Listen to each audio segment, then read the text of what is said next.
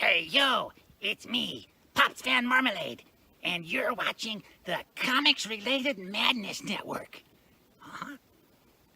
So come get some. CromCon. CromCon.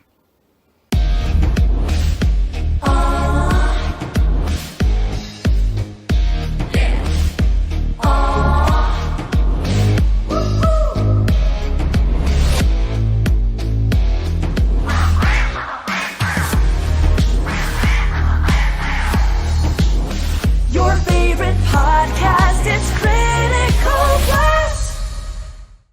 Hi, this is Tim TK, host of That Silverline show on Tuesday. Join us at 11 p.m. Eastern, 8 p.m. Pacific every Tuesday night as we discuss pop culture and the joys of making comics. And I'm Scott Wakefield, host of Silverline's Wednesday Wham, where we talk about comic books and all kinds of great storytelling, sometimes with incredible guests. And we want you to join us Wednesday nights from 8 to 9 p.m. Eastern. We'll see you there. I'm Roland Mann, and I host Silverline's Silver Sunday. Join me every Sunday at 8 p.m. Eastern as we make mine Silverline.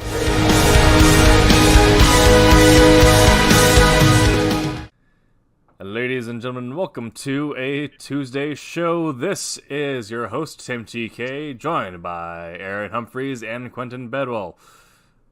Why don't you guys introduce yourselves? I'm the artist on Silverline Comics for Fire Rush, which I think is almost done. I am another artist on an upcoming comic called The Obsoletes that I've been working on. I do my own comic Galleons, which you can say webtoons. You can buy from my store. You can buy it when you see me at conventions. If you see me in public, you just ask me, and I'll run home, get one to you, and bring it to you. I'm that dedicated. I think that's it. I don't know. Beyond that, there's just nothing else I do in my life. There's just nothing else. That's it. Yep. Solitary life of art. Yes. Yeah. Quentin Bedwell here, artist on Trump's book number 3, and also another project that has just kind of been announced, Night Rise, that's coming in 2022. We have the Facebook side up, so you're able to go over there and like it and take a look at some of the concept art and stuff. It's a work in progress, so, be kind. Also, I have a game on Game Crafter called Relic Quest. It's in open beta. You're welcome to purchase. It's fully done. It will have expansions and all that, but anyway, that's my stuff. Alrighty. And like I said earlier, I'm the host, Tim TK. I am the writer-creator of Wolf Hunter, coming out later this year, I believe. And I am also the associate editor at Silverline, so you can stop by our website, silverlinecomics.com, and check out what I do on the blog. Occasionally we get some contributions from different members of the Silverline family, some outsiders too. Maybe shaking things up, I'm not sure. And we do have some sponsors today before we get into the main subject. First one being Daytona Beach Comic Convention, your premier location for all things collectibles, comics, and conventions in the Daytona Beach area. And that is happening in September. Go to their website, DaytonaBeachComicConvention.com, for tickets, pricing, and reserving your spot today. I have no idea if we still are. I'm just going to say we are. History List, you can subscribe to their weekly newsletter and get a research article sent to your inbox, written up by historians on different subjects each week. It is free, and that is, of course, in tandem with my historical fiction book, Wolf Hunter, and Steam Patriots, from Scott Wakefield and Rory Boyle, that came out earlier this year. So today's subject, we're going to be talking about, do we like it fresh or nostalgic? In comics, especially going between the main two, DC and Marvel, and then other presses, and then further out to indies, especially, you see a difference of having these very long, uninterrupted runs, or even if they'll just bring out new staff and change things up, but you'll have, the same, in theory, the same title of X-Men running from 1960 to 1999. But if you go up towards the indies, you might just see something coming out only once as a graphic novel or as a collection of trades. And then in the middle there with Image and Dark Horse, you might see a title that only runs for a year, gets its trade, and that's it. And so we're going to talk about what we like out of sort of every publication schedule we've seen, what we like about them, what we don't, what we think is the best for us as readers, as creators. And if the fresh factor of having something just brand new that's only out for 1 year and that's the whole story, or if you like the nostalgic factor of having something come back year after year, where X-Men runs for a while, stops for a while, it comes back, and we get the same characters that we grew up with. So I'm going to open up the floor and let you guys share your thoughts first. Well, I would, before we go any farther, I'd like to say that there's some stuff that, this is the thing. If you like something and you like it a lot, you probably don't want to see it change. But other people that may not care about certain thing, they may feel like it's ready for an update because it really doesn't speak to them and they want something that's a little more like what they're looking for. So, it's kind of hard to say. I have my own personal opinions of what I would like to see redone, or there's some stuff that's just classic that I love, but then there's other stuff that I'm not as, I never really got into very much. So I sure wouldn't mind it being updated or, something. So, that make any sense to anybody? Yeah, I kind of felt that way when they did. But I may say a book like Blue Beetle or something, or a character like Blue Beetle. I may say something, and there's like hundreds of thousands of fans that love Blue Beetle before he got killed. Mm-hmm. And they that's their Blue Beetle, and they don't want him different. They don't want him changed. Matter of fact, they want him to come back and all that kind of stuff. Is he back? I don't even know if he's back. Is that character? I know they have a Blue Beetle, but is it the same guy? I think it's a different one. Yeah. Yeah, I think it's different. Different guy. Just like there's some living armor that anybody can kind of wear, or am I thinking of something else? Yeah, the living Beetle. Yeah, but people got tied to that character though.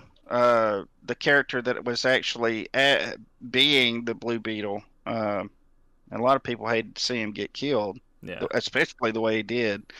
Oh boy. Yeah.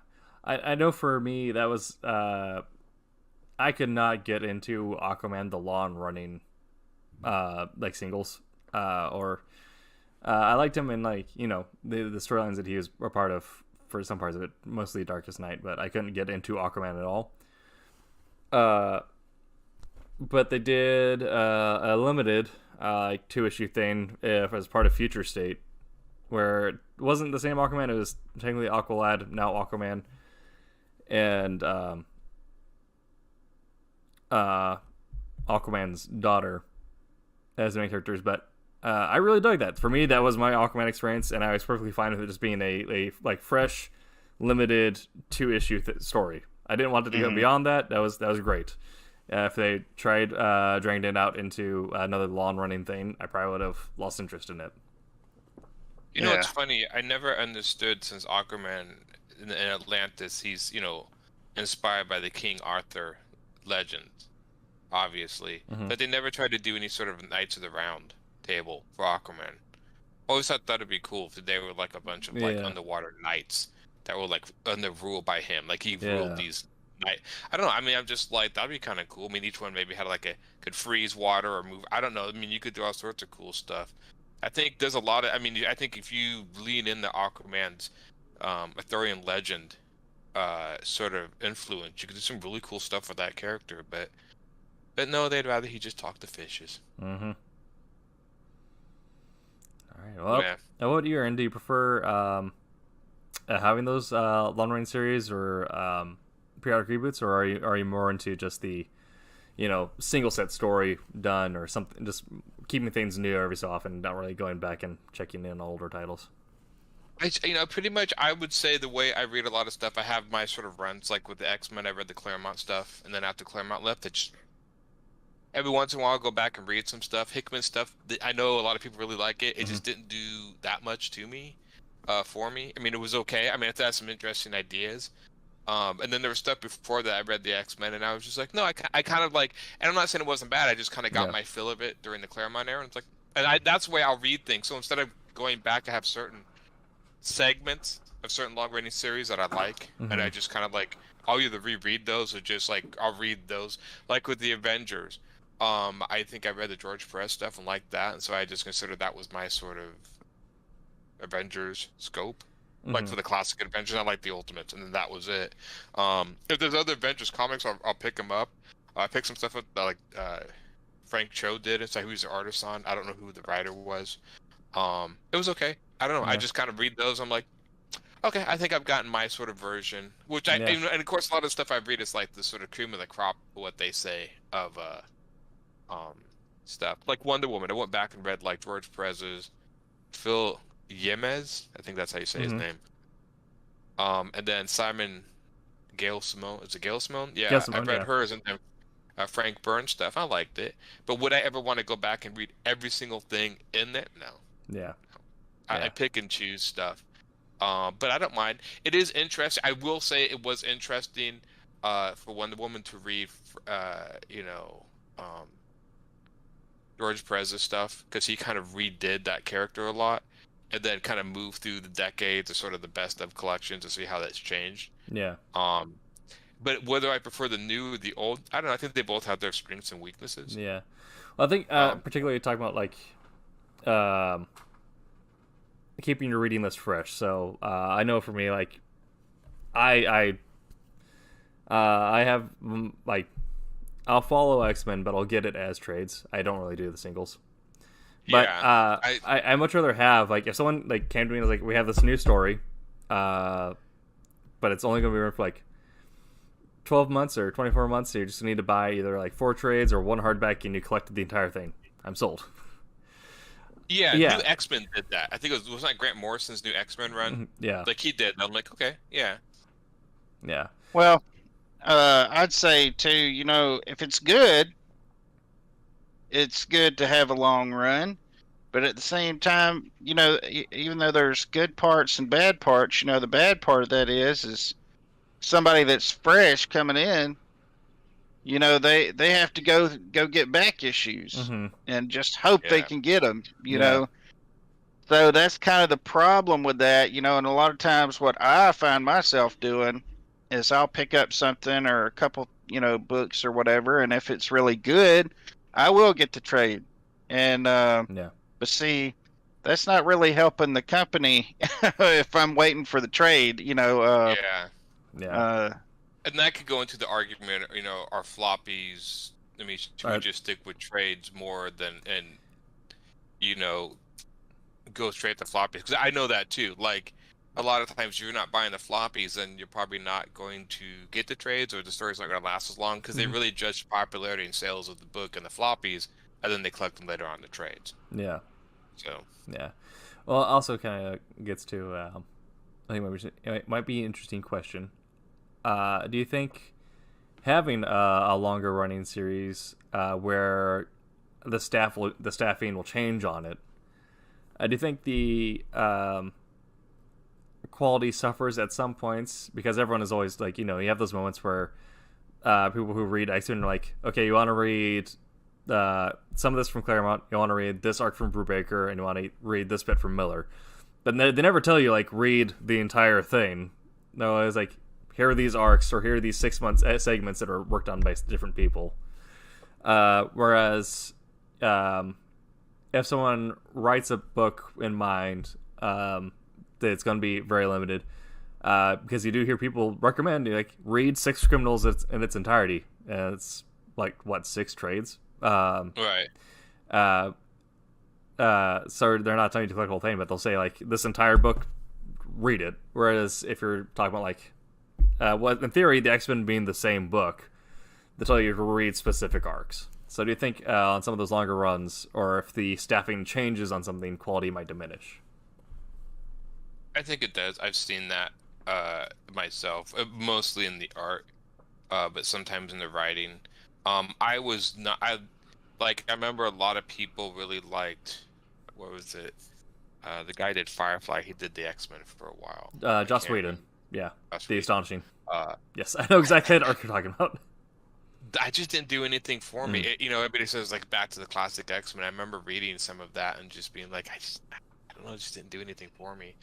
I think the thing about long-running arcs is I think if a story is ongoing, it shifts from plot to character, and I think it almost has to. I think you cannot tell a plot-driven story if there's technically no end. It just doesn't work because the plot, you're buying into the plot to see how it'll be resolved. But if you're not ever resolving it in these continuing adventures, then it goes down the characters, and that's just a shift in storytelling. And I think certain genres work better at that. Yeah. Superheroes and stuff work better as character driven. I think fantasy can, but that's a 50-50. Yeah. Like Lord of the Rings, could it go on forever? Well, I think it would be kind of annoying to readers if we never got the ring to Mount Doom. Yeah. Like if we didn't see that, because that was the plot of the whole book. And they'd get tired of a new problem every so often, like Right. Yeah. like these ongoing series. It's like every season there's a new big bad, and like, Yeah. man, come on, you know. Like if you had like 1,001 Saurons before he got to Mount Doom and Sauron, people would have just given up. Yeah. I think that's one that like I think horror works better in short stories. Horror to me is more plot driven. Yeah. I mean, I feel that way. Stephen King may change, but I still think it's kind of plot driven. Sci-fi, I think is very heavily plot driven in a lot of ways. Yeah, Dark Science could not have gone on longer than it did. I felt like. Yeah, there was. Yeah, I think I did read Dark Science, or was it Black Science? Black Science, yes. Black Science. And the funny thing is it started out strong, and then it kind of I just completely lost interest in it because I'm just like, okay, I'm kind of like you promise this sort of like what you're doing, and then you just kind of meander around. It kind of reminded me of like a dark version of Quantum Leap. Yeah. They keep jumping around to different realities. But again, I think, and I don't know, TV series are the same way. I mean, TV series are another thing, but man, that's a good question. So would TV? I almost say TV series might be more concept driven than character driven. Like I was watching Knight Rider the other night. They have it on late at night at some. But you don't watch Knight Rider for Michael Knight or really the car. You watch it for the concept of the cool car. I do. Do you watch it for Michael Knight? I love the Hawk. Well, yeah, it's No, I'm the just Hawk. kidding. I don't. But I'm trying to think. Some of these like Star Trek is very much under Ray Bradbury. StarCraft was very plot driven and concept driven than character driven. It was after he passed that they became. Next Generation was focused more on character. Yeah. I have a friend that was conflicted about that. I've had people who conflicted. I didn't mind it. I thought it was a pretty even split between that series. But I know a lot of old Star Trek fans don't like the newer Star Treks because they did focus much more on character than on the sort of ideas of like these short science fiction stories of them exploring. Yeah. So it was, I don't know, I'd almost say TV is maybe one of those weird ones that might be kind of concept driven in a way a little bit. But there are character driven ones too. I don't know, that's an interest. In other words, X-Files is a good one. The concept of FBI agents, exploring supernatural is a cool concept. But it's also very character driven too. Mulder and Scully are very strong, yeah. Yeah. I think I don't know. That's an interesting concept. That would be one I'd have to look at. I think that would almost be case by case basis. I definitely think it comes down to the team that's working on something. Because we do get those arcs where they recommend no, you gotta read Miller's Batman or whatever, and Miller's very good at mixing strong characters that you need to have people come back to essentially see the same good guy versus the same bad guy that you've seen 30 times already. But does it in such a way and has a knowledge of working the plot around his characters to make it all seem newer and good. With shows, you have those showrunners who can make their show sound out, and that's how you get things like X-Files or Breaking Bad, where it all just kind of seems to gel really well. It's on the flip side of Tolkien and The Lord of the Rings. Tolkien's a very good plot writer and very good at exposition, but I definitely feel like we had some better character moments almost in the movies. Whereas we had on the other end, you have like R.A. Salvatore and 30-something Drist books later, because everyone you don't see the same bad guys necessarily, but everyone comes back because they want to see what Drist does next, because Drist is the focus as the main character. Yeah, which is very character driven. Yeah. It's more an adventure, because I'm thinking even from the he's more of a Conan character. Like if fantasy can't do. I mean, Conan is another one that's classic. Like it's all about the character, about exploring this barbarian, and there's no overarching plot except this new adventures. But again, that was facilitating about needing a new story for an ongoing. Yeah. I mean, maybe the better question is like ongoing stuff. What do you guys feel about serialized stuff? Do you prefer like serialized stories that go a long time, or do you prefer maybe having a format like Shonen Jump where they have stories that collect stories, and one story run like so long and then end, and then another story coming to take its place, but the magazine itself keeps going? Like an anthology. Yeah, Heavy Metal does this, I think, a little bit. Heavy Metal's more independent stories, but I think there's been a few Heavy Metal magazines where they continue the stories. Yeah. Judge Dredd was that way. I think was it 21 AD? Was that a magazine? It Yeah, used to be stripped and stuff, 2000 AD, and they're still publishing, so you can still. They're actually one of the. If you're a writer, they're one of the better ones to pitch to. Because they don't require you to send in like any art at all or have any like art proofs. It's really just short chops as a writer. That's pretty cool. Yeah. Yeah, I know there was a guy that was from France who's kept submitting to them, and I don't know if he got in or not. Doesn't Grant Morrison own it now? I don't know actually. I think Eastman from Ninja Turtles bought it, and I think he sold it to Grant Morrison. 'Cause I think people were strange enough complaining that they started covering up the woman. Like there was lack of nudity, and that was a big. Did you guys see that about Tarja, the lady at the end of the Heavy Metal movie, the one who rides the big pterodactyl? Mm-hmm. And in one of the magazines, they show her like in a full, like more bodysuit of armor, and I was like, okay, whatever. But people were really upset because that's like, well, no, she's supposed to be in a bikini, and I'm like, I thought it was a little weird because I'm like, I just assume as a warrior she would dress however works best. But that people really got like upset with that. I remember that reading that. Well, yeah, they were pretty upset, but then they were really upset when the guy started berating all of them and saying, all you guys want to see is boobs, grow up, and all that stuff. It's like, dude, you can't talk to fans that way. It's kind of like the new thing that people are doing now when they release crappy stuff is. My crappy stuff that I created isn't the problem. It's your likes are off. Your likes are the problem. Yeah. And when they do that, when they go after fans, man, it's always like, what are you doing, dude? It's like, you're crazy. It's funny. I guess this kind of conversation is maybe a little around the big He-Man. I haven't seen the new He-Man cartoon. I've heard enough of it that... I heard that it's not great. It's not great. Strange enough, the one I wanted to see, and apparently you can watch it all on YouTube, was a 2012 reboot. That one I thought was pretty cool. I mean, everything I've seen of it, and apparently I've read that they actually ended the story. So even though it's 2 seasons, there's like a definite ending. I'm like, well, that's kind of cool.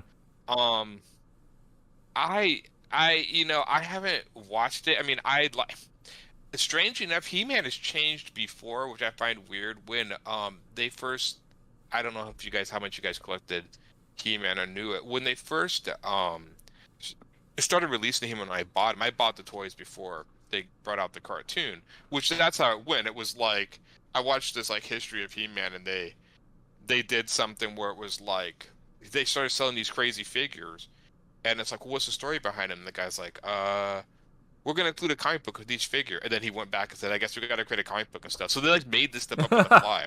Yeah. But the original concept of the He-Man was just like he was just like this sort of barbarian Conan-like character who wanted the land. And True. I think he got his power by putting on that strapped thing that gave him his power. And he had No. the Yeah, power his sword. his items were the source of all his His power, and then power, when yeah. the cartoon came along, then they retconned all that stuff, Yeah. totally changed it. But see, this is the deal with stuff like that. You take a character like He-Man, Superman. I don't care. Batman. I don't care what kind of character you're talking about. People look at these characters that are in the American psyche, and they are just like people to them. And like when you start fooling around with their race and established base character traits, that or you kill them.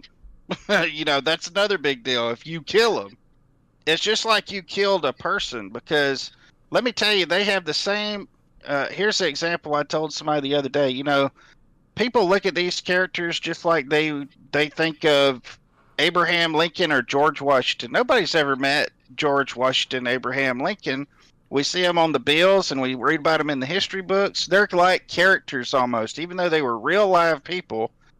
And people get close to those people, and just like they do characters. And so whenever you just flippantly kill them off or change them, you change their race, you change their, their whatevers. I don't want to get it real deep into this all the stuff they do nowadays.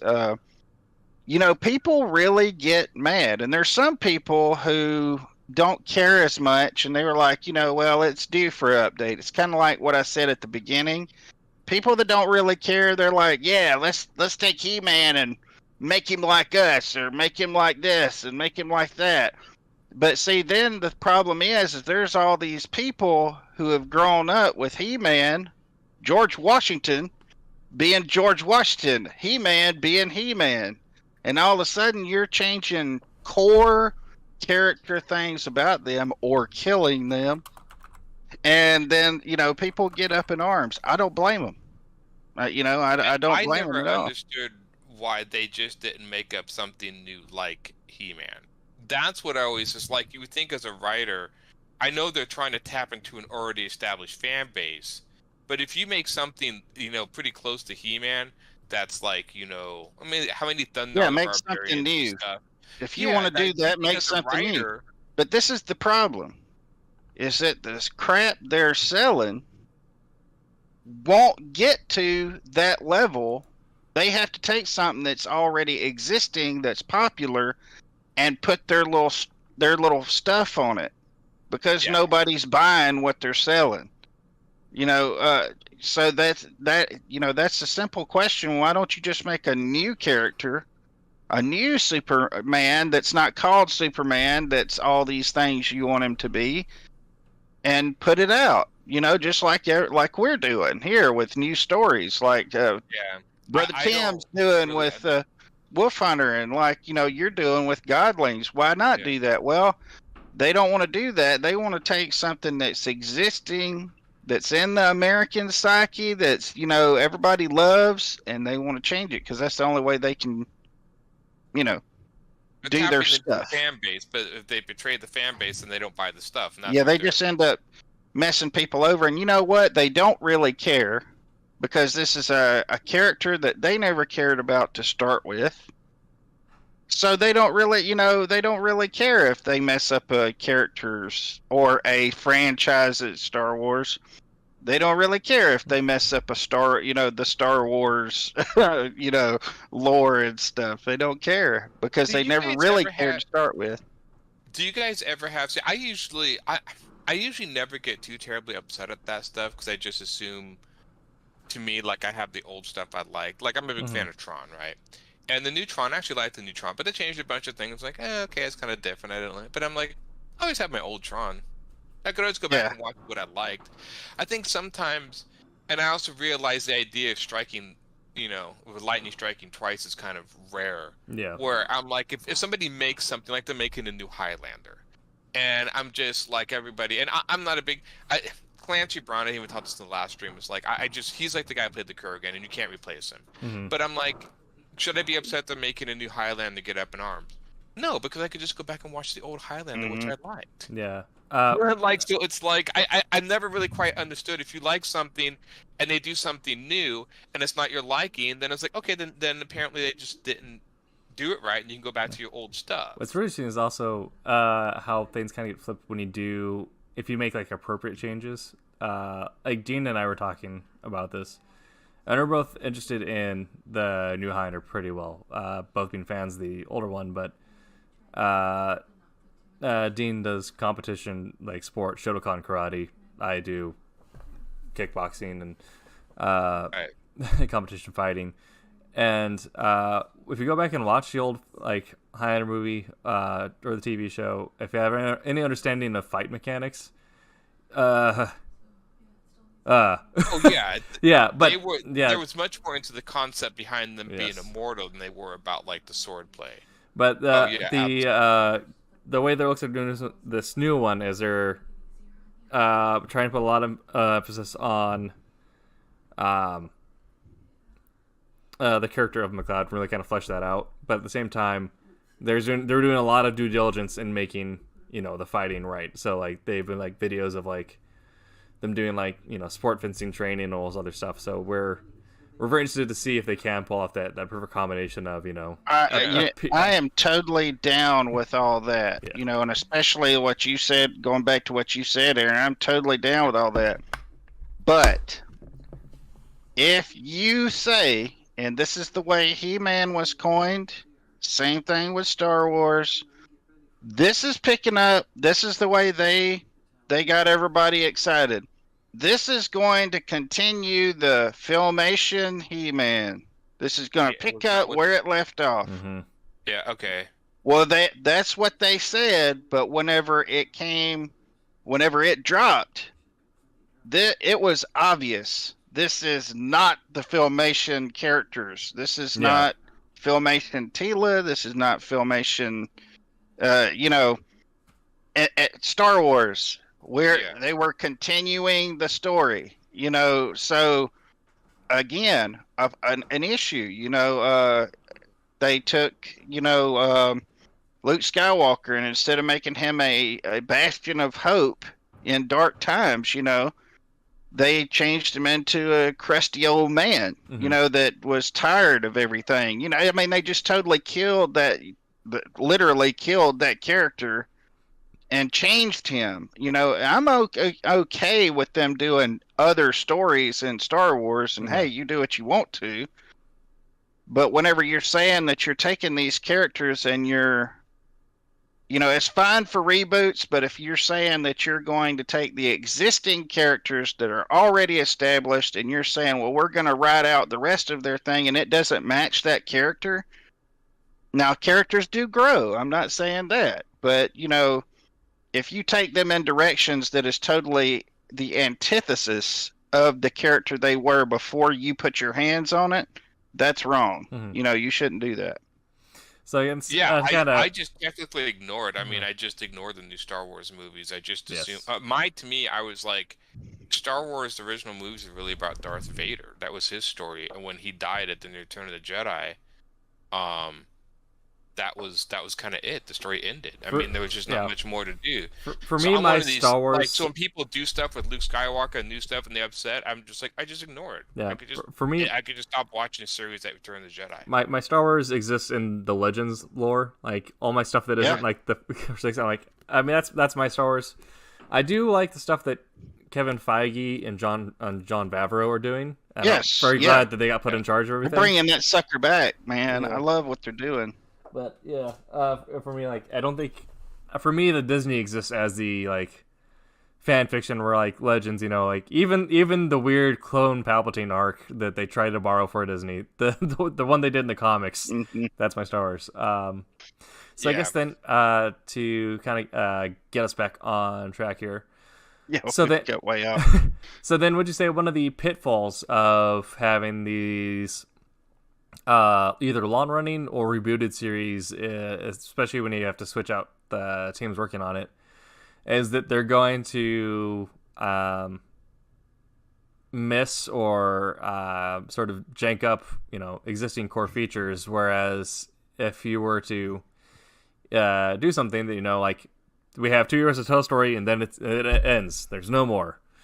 Do you think that almost that forces them to focus more in on making sure the characters are the same throughout those 2 years before they, pull the cord on them? Say that again? So I would just say one of the pitfalls for having like a long running series or something that gets rebooted consistently is that they'll miss like core details as time goes on. Oh, yeah. Whereas something that is like, you only have 2 years to tell your story kind of forces you to be more hyper focused on making sure those details are consistent throughout those 2 years. Yeah, I think if you are, only have so much time to do it, you have to, kind of stick to it. I mean, the thing about Claremont, like, I'm using Claremont. So the X-Men, Chris Claremont's X-Men is kind of really the only long-running series I ever read. Mm-hmm. I never read the Avengers or any other Marvel or DC stuff. I just read the X-Men because I thought they were cool. So that's my only reference. So if I keep bringing that up, it's not because I'm ignoring the other stuff. I just haven't read the other stuff when I was a kid to know. But he was also really good at doing subplots. Mm-hmm. And I do think long-running series can do subplots really well, but I can see that if it's in a story where there's an obvious goal, like again, Lord of the Rings, they're bringing the ring to the mountain, and they kept wandering off and doing subplots, that might get kind of old after a while. Because if you're making, getting the reader to buy into the concept of what's going to happen at the end, and you keep postponing the end, then it's like, okay. Mm-hmm. But then there's also, the Supernatural series, where apparently is written to be 5 seasons long. Yeah, and you can when definitely tell when it goes over that. Yeah, and the first 5 seasons are like fantastic, and then of course, it was making tons of money, so it's like, well, we got to continue this.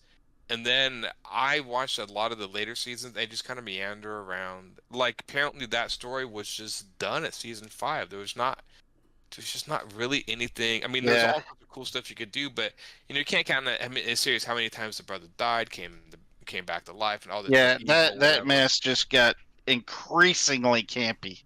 Mm-hmm. I mean, it was just who's dying this time.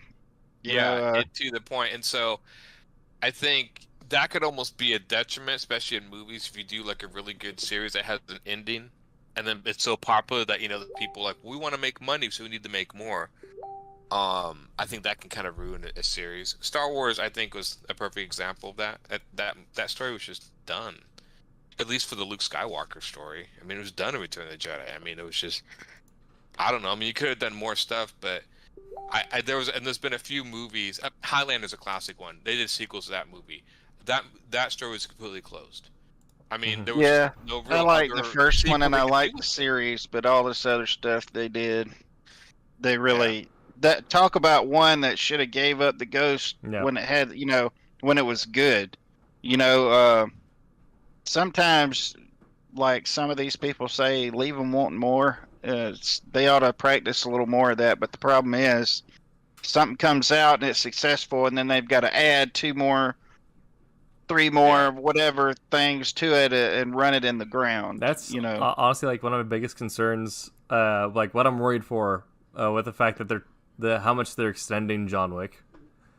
Yes. So far, I've loved the John Wick so far, but if they keep on going, I feel like they might get to a point where it's just like, okay, it's just Fast and the Furious now. I really thought they were ended at 3, and when they actually made it to a 4, I'm to the point. If he doesn't end it with 4, then I'm kind of like, I really like John Wick. Yeah.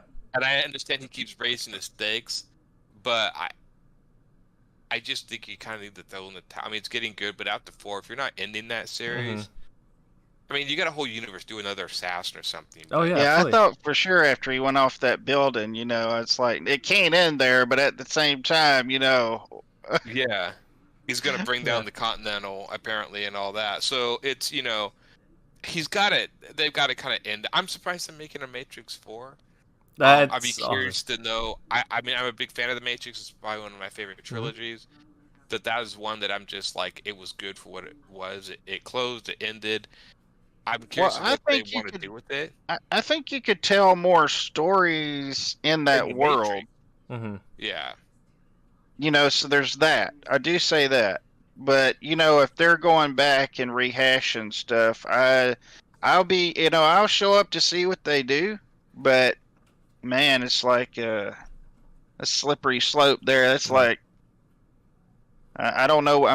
Really don't know what to expect from another Matrix. I mean, they always hinted that Neo, I mean, in the story that he can come back. Like, there's multiple iterations of him. Right?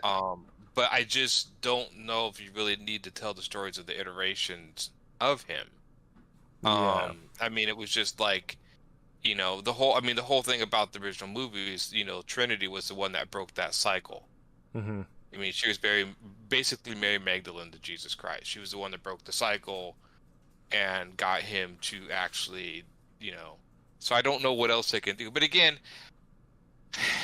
it's kind of a bummer because sometimes I see, the Wachowski siblings, and I think they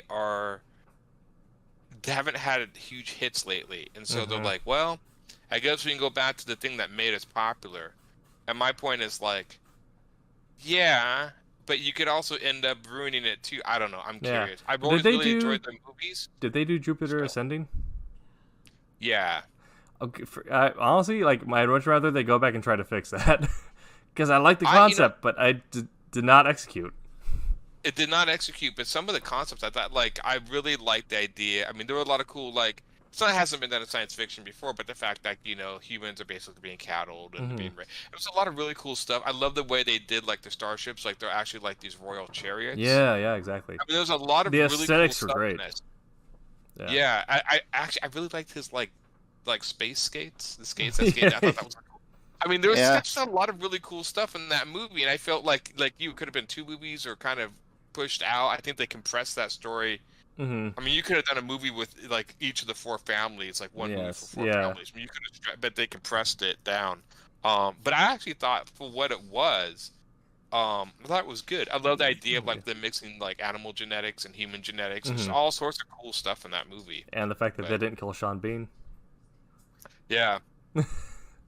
I know he's the only one that survived. Didn't he? Wow, Didn't they yeah. actually- Wasn't it something like he would? In one scene, he looked like he died, but he didn't. Yeah, exactly. Yeah, I remember that. All right. That's hilarious. That's one of those movies that I was going to see, and then I came in right in the middle of it when I went to somebody's house, and so then I went back and watched it, and it seemed like what I did was I watched different sections of the movie at different times, and just kind of worked out in my head how everything ended up. Right, I've done that. It's a little before, weird. too. Yeah. Yeah. I think kind of going back to where was it Quentin said, end them with wanting more. Where I think Yeah. my favorite example of that recently, and I know they talked about doing a second one, but as far as I know, it's still kind of up in the air. Is the movie adaptation of Alita: Battle Angel? I thought they did a really good job. I was. Haven't seen it yet, but that's okay with if you want to give spoilers. I have it. I actually have it on my watch list, but I Okay. haven't watched it yet. Well, I say, I feel like, if you've read the manga, the story's so old. I mean, yeah. but yeah, that's the. Obviously, there's room to continue on, but I feel like as one movie, and like they did the thing where they ended with like there's room for more, but they hinted what she's going to do. So you're like, yeah, that's cool. I dig that. But it's funny when they brought out that movie. That's like when they tried to do Dragon Ball Z movie. I mean, there's a part of me that's like, if you do a sequel to Battle Angel, oh my god, that's a huge series because there's the original 5 volumes of like big, and then it continues on. Yeah. And I don't know if he ended it, but it goes way off into space or whatever. It trails, but the fact that it seemed like they knew that they had too much material to like fully adapt, so they knew they were going to end on kind of a cliffhanger, so they didn't compress it. They gave it like the breath that it needed. Yeah, they did. I think if that was to get a sequel, I think they could actually end it with one more movie. Mm-hmm. and I think they could just do. I'd be curious. I was surprised they continued it, because I was like, once they continued, I was like, oh man, that is a lot of movie if they're willing. Because I mean, that movie literally is the manga, the first few books. I mean, it's pretty accurate down to the. I mean, he pulled some scenes and other stuff and kind of compressed them in there, but for the most part, it's a straight story. Yeah. Yeah. So when he did that, because I really liked that, and then I saw the ending, I'm like, wow, that's gonna be a lot of movies, dude. I mean, if he wants to do that, I'm like, and make it accurate. I was like, I would love it if they did a sequel. I don't think it's super. Strangely enough, I would love it if it just got like a straight up another anime series. Yeah. Because they only had the OVA, which I think James Cameron, who did it, I don't think he was his fan. I think he was a fan of the manga, but I think he was much more of a fan of the OVA. Yeah.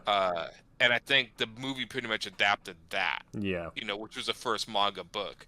So it's I don't know. That was one where I could see that leading to an anime series. Yeah, I would love if they got. And there's people who have been trying to get a sequel made of that. It's probably one of the only anime adaptations I've seen that I liked. That I thought was pretty accurate. The other one that everyone hated because of other issues. I actually didn't mind the Ghost in the Shell one too much. I was a fan of the comic and stuff. Yeah. But I thought the way they kind of twisted some of the stuff around, it never bothered me too much that Scarlett Johansson was in there, because I'm just kind of like, that Ghost in the Shell is an obscure concept. Even it's anime, it's becoming obscure. I mean, ask some other kid, you heard of Ghost in the Shell? And they're like, no, what's that? And I'm like, it used to be like every time it was in the anime, it's like Akira and Ghost in the Shell, everyone has seen and knew about it. Now it's not becoming that.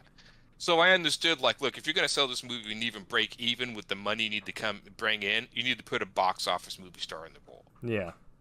And so I understood that. And so they kind of worked around it. I didn't think it was too bad. They dumbed it down a lot, but, for what it was, I thought they attempted it. The anime movie's much better. For sure. Like, for a lot of things, I also just recommend people check out, because like even DBZ has like 50 years of TV show, but it has some pretty decent movies. I'm like, just watch the movie adaptation of the Cell Arc and the Saiyan trilogy where that ends with Broly. Like, like you're going to get much more out of this than if you try to like slog through what made up my Saturday mornings. Well, that's what they did with Kai, didn't that? Yeah, Kai abridged it by a bit, but it's still. I mean, Abridging Dragon Ball Z is still, putting out something longer than Game of Thrones. Yeah, definitely. It is not a short series by any stretch of the means. Yeah, I don't know. I mean, so strange enough, a longer-running series talking about nostalgia, like. I'm not a huge James Bond fan, but what do you think of a series like that, where it's like this is a character that they just keep doing? Mission Impossible is becoming like the James Bond series. Yeah. Honestly, where they actually have movies actually almost trying to mimic a television show. That's what I want to see with Mission Impossible. It's trying to mimic a TV series and movies. Yeah. Which I'm like. But the thing about the movies is there's not really a follow through of the Ethan Hunt character. I mean, you can pick any one and watch it and be like. Yeah, it's totally fine. It's all standalone. I think honestly, I got burned out on James Bond going into Daniel Craig, so I don't. If I watch them, I watch them, but there's too much. Whereas Mission Impossible I still watch because they have especially like the last two, they have accepted that they are not good movies. They're just there to be a fun time, and you get Henry Cavill reloading his biceps in the middle of a bathroom. But honestly, like I think in terms of that, that flavor of movie, I much rather prefer the Bourne series because the first like the Bourne trilogy, like it has a set beginning and ending. Like, right, this is the story of Jason Bourne, and then they did the one-off, and that's okay, it's interesting. I did not like the one-off. I was kind of excited when they brought him back for the fourth one, and then I watched it and I was like, it was okay. Yeah. The first three just kind of, I mean, you see the end, and then the first three were great, and then they tried. I don't know. Yeah. That's kind of, Yeah, those are much, I think, better. Yeah, and we'll not mention the fact that James Bond literally tells the exact same story every movie. He goes on a mission, he meets a girl, he gets the girl, he saves the world. I mean, I don't think they've really changed that, except Daniel Craig, I think, has changed that a little bit. Mm-hmm. That's a Uh, strange one, James Bond, because it has seen so many actors. oh God, yeah. It's almost like there's a little something for everybody, depending on what Bond you are. Yeah. Whatever one is your favorite one. So it's kind of like a strange type thing. I don't know if y'all are aware of Jack Ryan. He's kind of Yeah. like Yeah, the yeah. American version of James Bond. I like the way they've done that because they have a different actor pretty much portraying him every time he shows up. Mm-hmm. Yeah, wasn't it the guy from The Office that portrayed him last time? Yeah, in the Yep. in the There's like a episode show. TV series or Yeah, something they did. and that's really good too. But Yeah. so we're I've heard a lot of good things about it. Also, let's see who else. The I think Chris Pine was in once. Chris Pine. Yeah. He was in one. Also, The Hunt for Red October. Yeah. Way back when. That was Alec Baldwin Back in when he his had younger black hair. days. Yeah. Yep. I mean, he was always supposed to be Clancy's kind of like ongoing James Bond type character. Which is Yeah. really interesting because like that's the name that made Clancy, but honestly going back and reading Clancy, I like the Rainbow books and I like the Ghost Recon books a lot better. Yeah. hmm Like Rainbow is such a it's weird in that it's it's not quite a war book, it's a counterterrorism book, but it's one where they're like, hey, what if we had a future where like all the like powers in the world got together and decided like, hey, we're going to stop evil. Yeah. It's like that's the future I want. Wait, so are there any nostalgic or any properties that you'd rather just go back and reread the old ones to see anything new? Star Wars at this point until we get something like really spectacular with it. I like Chuck Wendig's books with it. I like some of Alex Freed things, Alphabet Squad. Yeah. Honestly, like the Kylo Ren book made much more sense for Kylo Ren as a character than Kylo Ren did in the movies. I thought he did his best for the material he was given. Adam Driver is a great actor, I'm but the same way. yeah, I'm the same way. I have a lot of respect for that guy. yeah, Because he did what he, yeah. And also, like, seeing him in other roles, like, this guy has chops. It's just that he was giving some interesting scripts. Yeah. Yeah. But yeah, it was.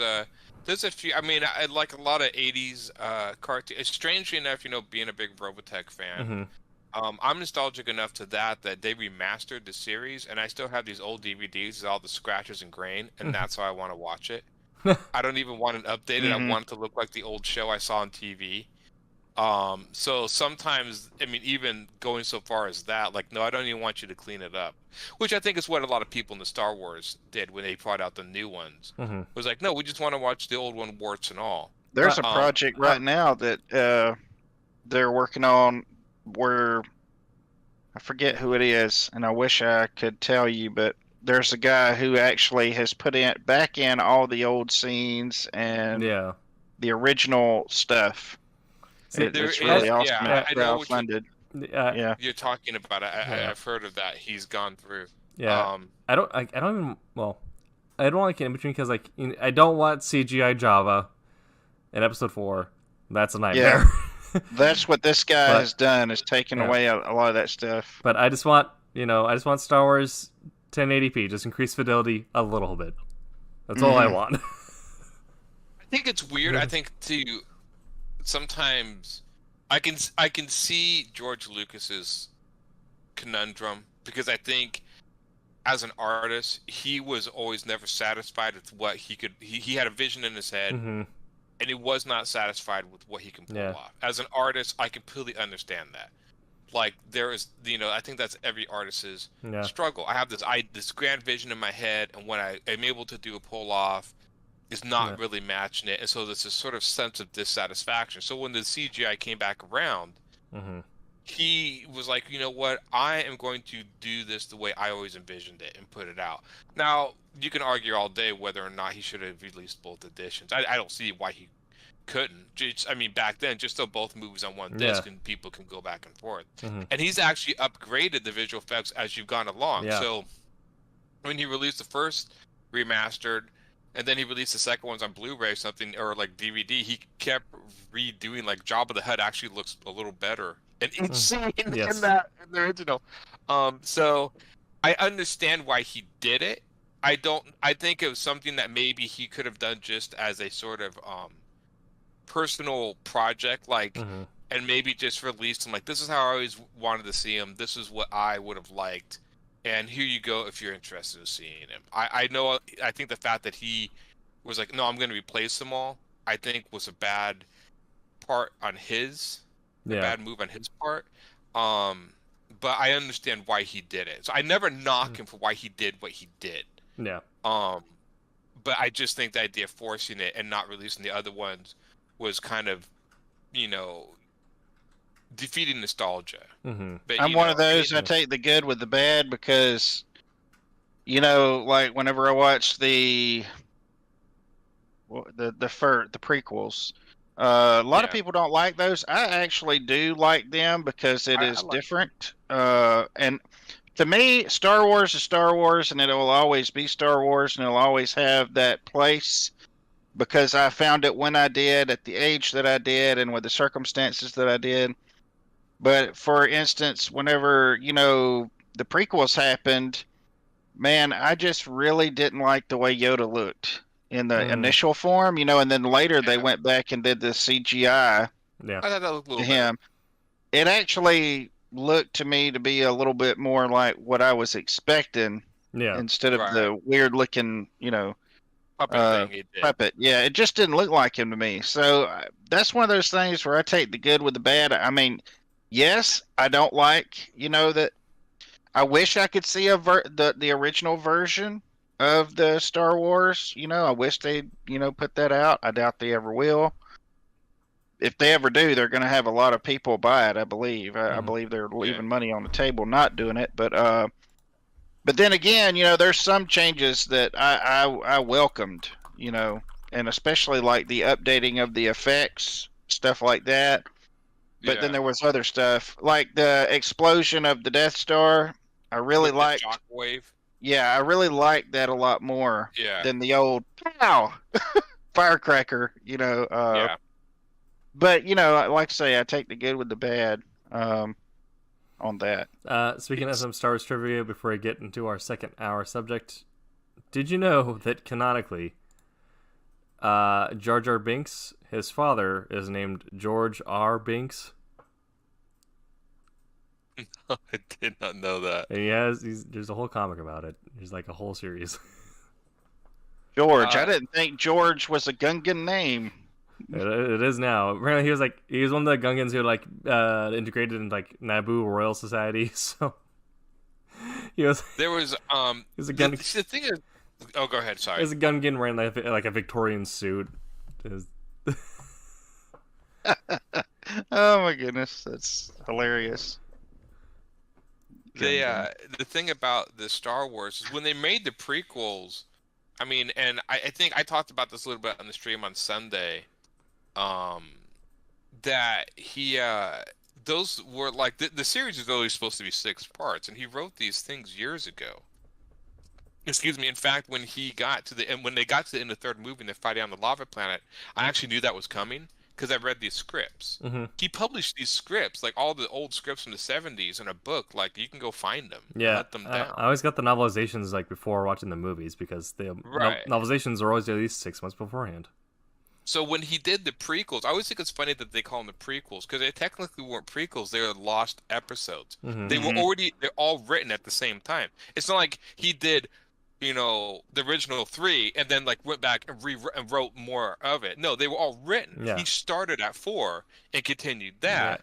And of course, he said that he was really upset because the storyline was supposed to be about the rise and fall and redemption of Darth Vader, and the original trilogy made it more about the rise of Luke.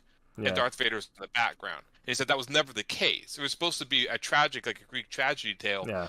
this sort of rise and like, and so when he wrote the prequels, he's like, it's supposed to be much more Darth Vader story, which of course you see that much more as you go through Yeah. the prequels and stuff. So when people call them prequels, I'm like, yeah, I guess technically, I mean, it was already written. He just went back with the technology, decided to finish what he'd written years ago. Yeah, well, That's one of the reasons why they're aged a little. But for us,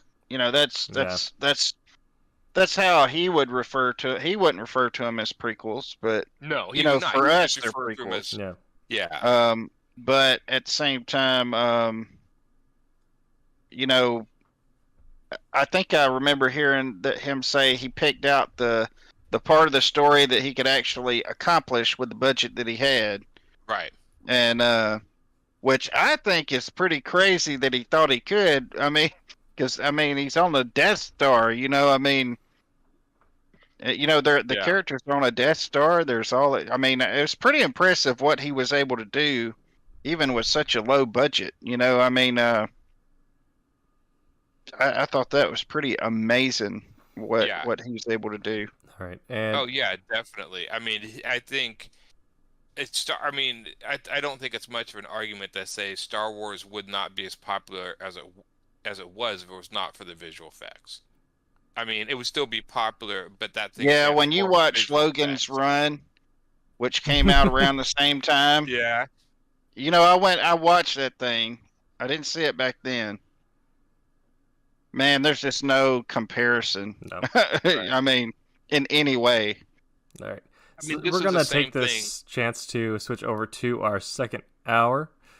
So of course we're gonna thank our sponsors at Daytona Beach Comic Convention, DaytonaBeachComicConvention.com. Get your tickets, reserve your space, your premier location for all things comics, collectibles, and conventions in Daytona Beach, and History List, where you can subscribe for a free weekly newsletter where you get an article written by an actual historian delivered to your inbox every week.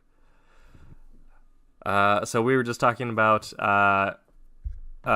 sort of the idea of longer running series versus shorter series, and in typical Tuesday show fashion, we got sidetracked talking about Star Wars. Yes, we did. Aaron, you got a point there to end with, or? It was like a Wednesday Star. It was like a Wednesday Star Trek rabbit we were chasing. Yeah.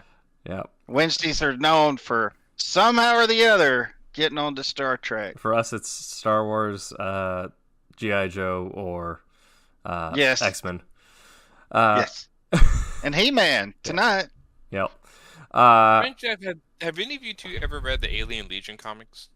Kind of weird segue. I have not. I have them on my wish list, though. On Comixology, I think I found them. Because they do. That was kind of one where I started out reading. It's funny. I remember I bought some of them. They're kind of split in these sort of volumes, like most comics, but there is a sort of age difference. They are pretty well go together, but you can see them kind of aging along. Mm-hmm. And that was one where I actually, as far as nostalgia factor, didn't mind the. I like them both equally. Yeah. So it didn't really bother me, but some do. I was just like, if you like G.I. Joe and stuff, you'll love Alien Legion. It's one of my favorite comics. Yeah. I know in comics right now, my most recent favorite was a fresh new title that did have, like, set end, and that was Curse Words by Jeremy Soule. That was super fun. It's about a wizard living in modern day New York who came over from alternate dimensions trying to conquer, but he found a ballpark Frank and fell in love with the world as is and said, you know what, I'm going to fight for these ballpark Franks. And I remember I read the first volume of that, and did they end it? Because the first volume didn't. It wasn't kind of. It just wasn't my thing. Mm-hmm. But I didn't know that. So they did end the series. Yes, yeah. It had and now you can get it as like a hardback. Oh, it's a hardback. Okay. Yeah. And right now my current one is Department of Truth, which is I think coming up on a year of it now. But it's through Image by James Tynion IV. And that's another one where it's written with an end in mind. So I've been enjoying it so far because they're not getting you caught up following like monsters of the week. It's like, here's the detective story, here's his life, here's how it ties into plot, and here is each beat is moved through it towards the, you know, the big climactic moment. It's not, now this week we're fighting lizard people, this week we're stopping a bank robber. That's kind of cool. Yeah, so I'm enjoying the cool different take on mandala space, the idea that perception is reality, and the fun kind of like domestic spy story with it. What was that one about? Like, was it called Cover the Cover or something? Or I don't know, there's some image comic that came out recently. It was supposed to like mix the real world with the world of comic books. Oh, I never man. read it, but I kept seeing the covers, and I always be curious if somebody did read it. It was like Cover or something, or I think I saw that. I don't know if I have read it.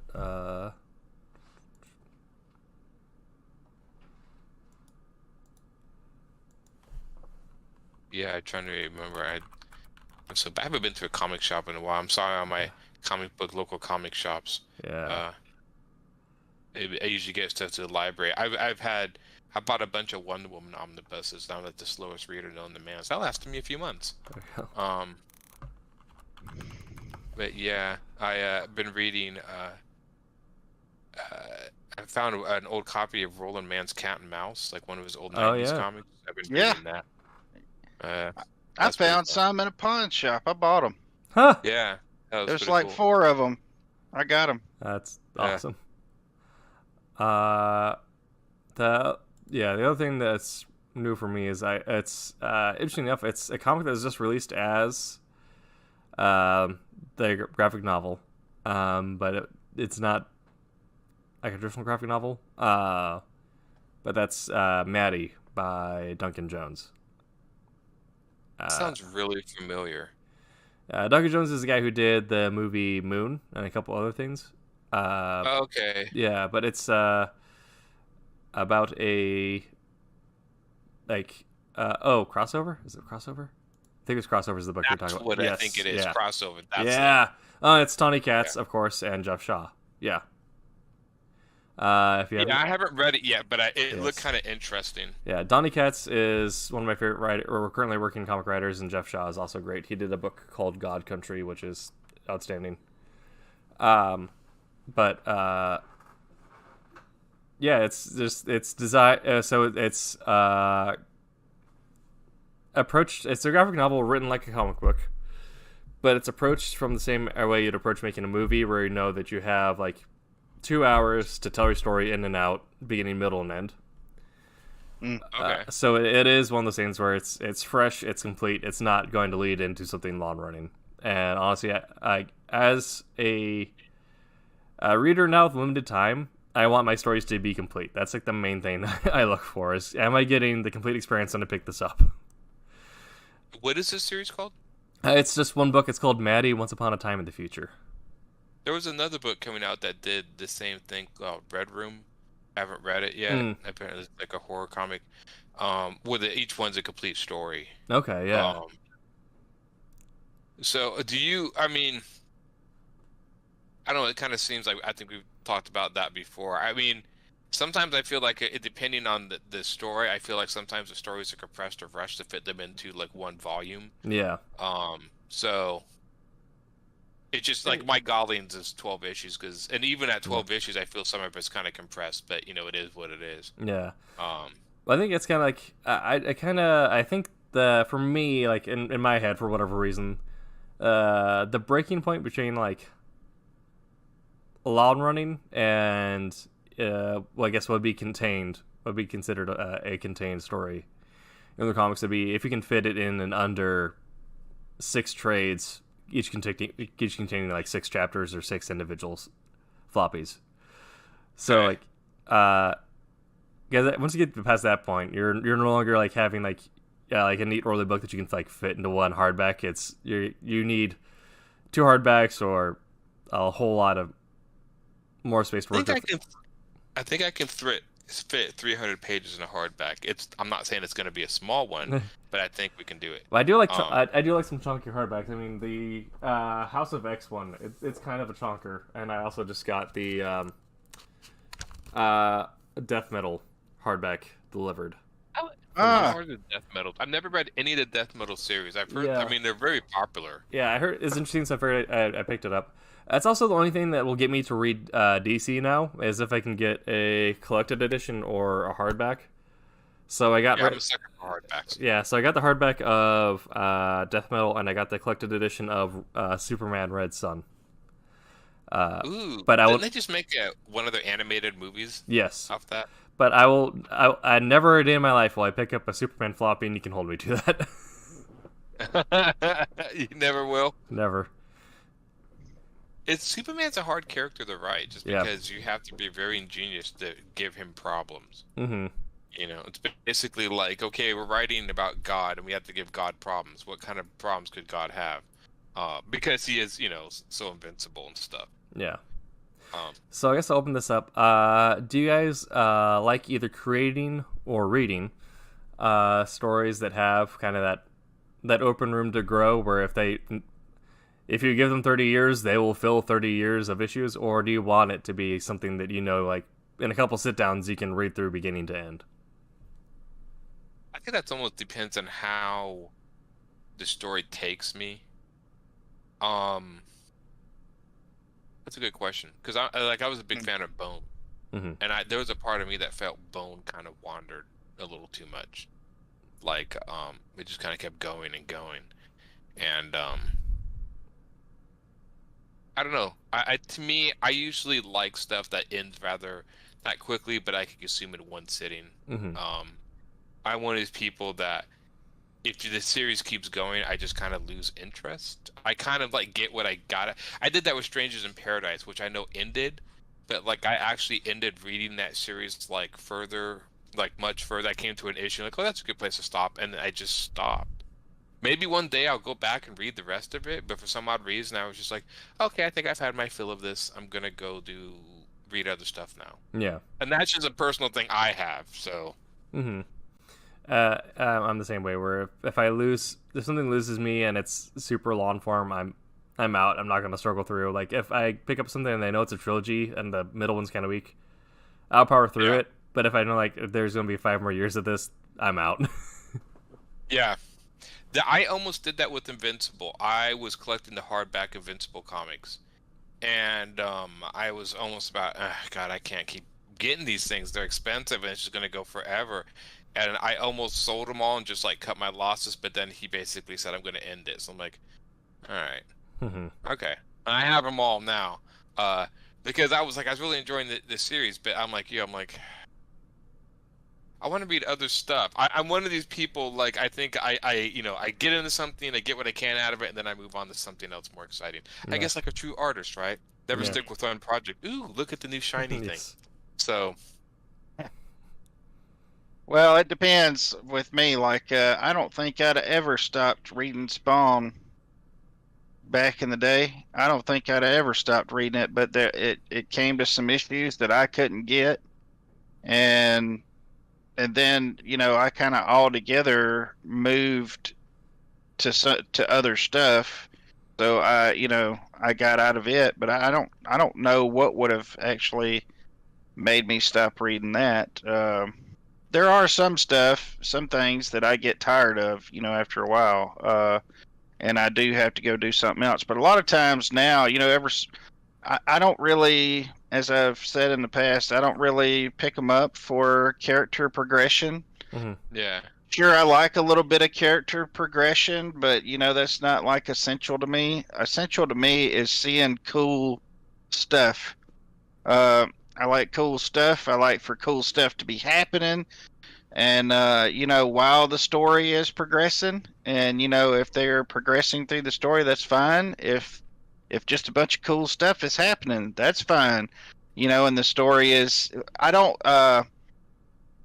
I don't like is, a lot of filler. And you Mhm. could call the action and the cool stuff filler, but as long as it's cool filler, Well, This stuff where people are just trying to make things last longer, Yep. and they're like making characters make stupid decisions just because they want to make a story. You know that kind of annoys me, and I will drop something fast if there's too much of that going on. Yeah, I think. Well, there's something we talked about in our. I had done a film as literature class, and talking about kind of the, generic action movies that really took over like 2005, 2008.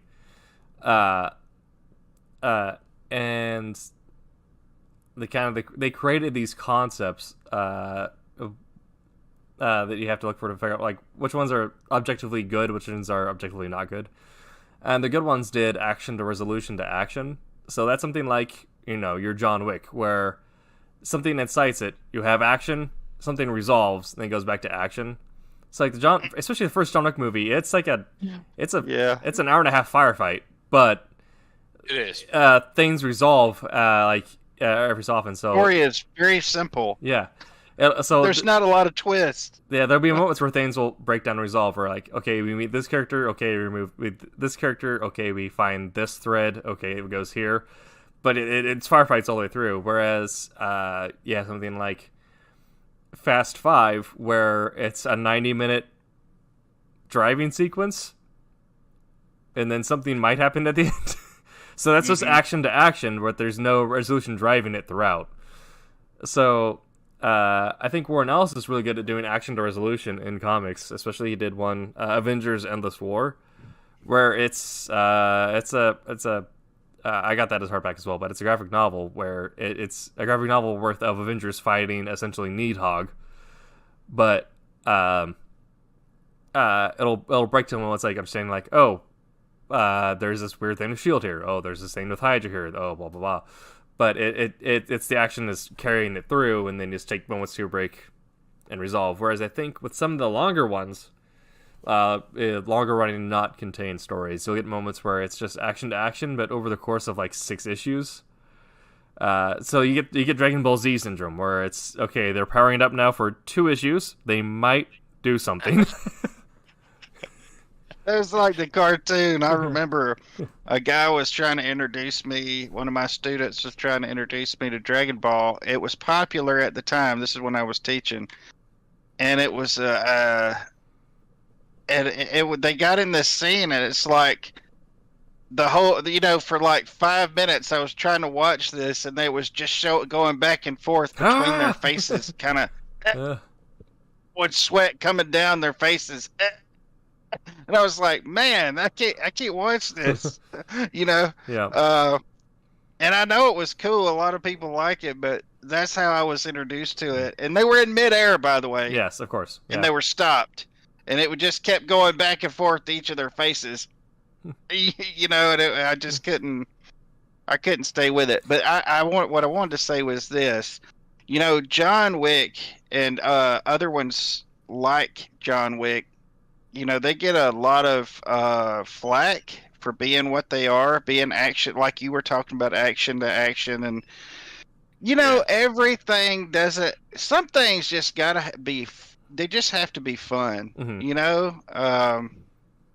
I like a good deep story and get involved with characters, but at the same time, you gotta have some stuff that's just, in and out, and just, wow, that was great. That was a great ride. And you know what I'm saying? It doesn't have, everything shouldn't have like depth and height and width.